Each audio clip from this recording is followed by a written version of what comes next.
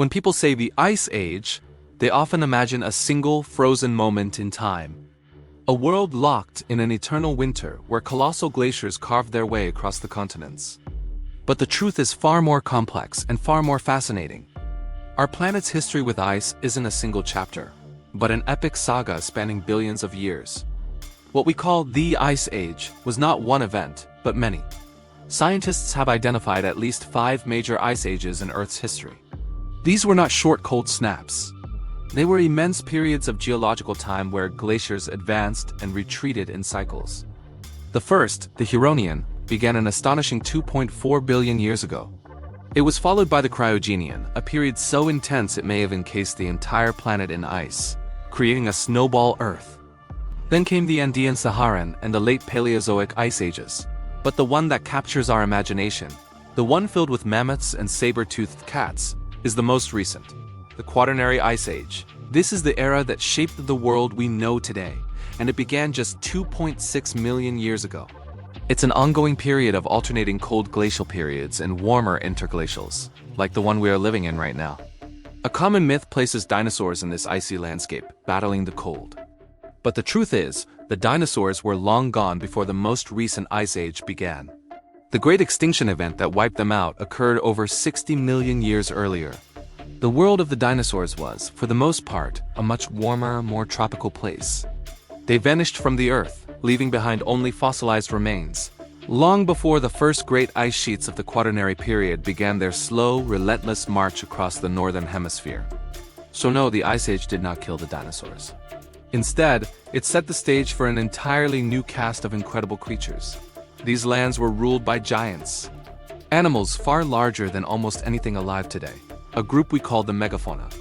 In the biting winds and endless snows of the Pleistocene, colossal woolly mammoths, their shaggy coats protecting them from the cold, marched in great herds across the frozen steppe. They were hunted by formidable predators. The saber-toothed cat, Smilodon, with its iconic dagger-like canines, was a master of the ambush.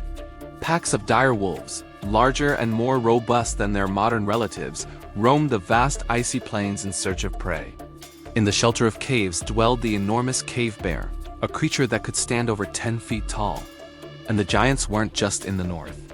The Americas were home to the giant ground sloth, Megatherium, a creature so large it could stand on its hind legs and browse from the tops of trees. Giant beavers, the size of modern bears, built dams in ancient rivers with their massive teeth.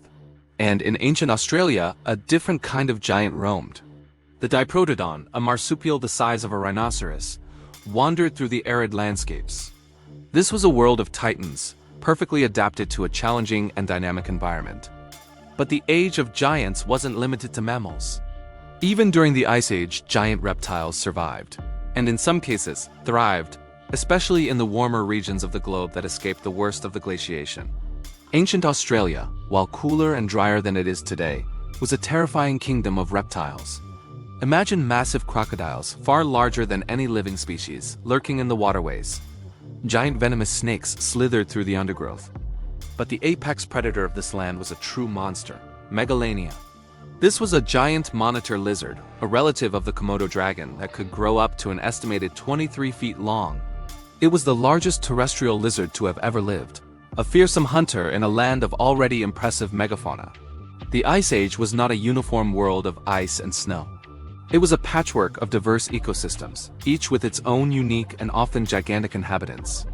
And amidst these giants and unforgiving landscapes, our own relatives walked this frozen earth. Species like the Neanderthals were not primitive brutes, but intelligent and resilient survivors. They were powerfully built, adapted for the cold, and masters of their environment. Wrapped in animal skins, they hunted mammoths and woolly rhinos with sophisticated stone-tipped spears. They harnessed the power of fire, not just for warmth but for cooking, for safety, and as a social hub in their cave shelters. They cared for their sick and elderly, and they buried their dead. Neanderthals and other early humans were not just enduring the Ice Age. They were living in it, adapting to its rhythms and challenges. They survived for hundreds of thousands of years in a world far harsher than our own. But ultimately, they would vanish, leaving only our own species, Homo sapiens, to inherit the Earth. The world they walked upon was dramatically different from the one we know today. During the peak of the last glacial period, so much of the planet's water was locked up in massive ice sheets that sea levels were over 400 feet lower than they are today. This didn't just change the coastlines. It redrew the map of the world. Continents were connected by vast bridges of land and ice. North America and Asia were joined by a massive land bridge called Beringia, allowing animals and the first peoples of the Americas to cross. In Southeast Asia, the region of Sundaland connected islands like Sumatra, Java, and Borneo to the mainland. In Europe, Britain was not an island, but a peninsula of the European continent. Its frozen hills roamed by the same creatures found in France and Germany. Japan, too, was connected to the Asian mainland at various points. It was a single, interconnected world, allowing for migrations and movements on a scale that is impossible today. But this world was not destined to last. As the Earth's orbit shifted slightly, the climate began to warm. The great ice sheets that had dominated the northern hemisphere for millennia began to melt and retreat. This change, which marked the end of the Pleistocene epoch and the beginning of our current Holocene epoch, was catastrophic for the megafauna. The world changed too fast.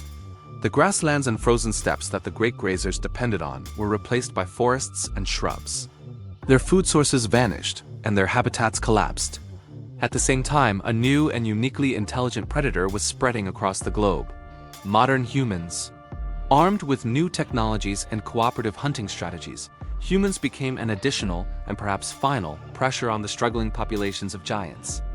The combination of rapid climate change and human hunting proved too much. One by one, the great beasts of the Ice Age disappeared forever.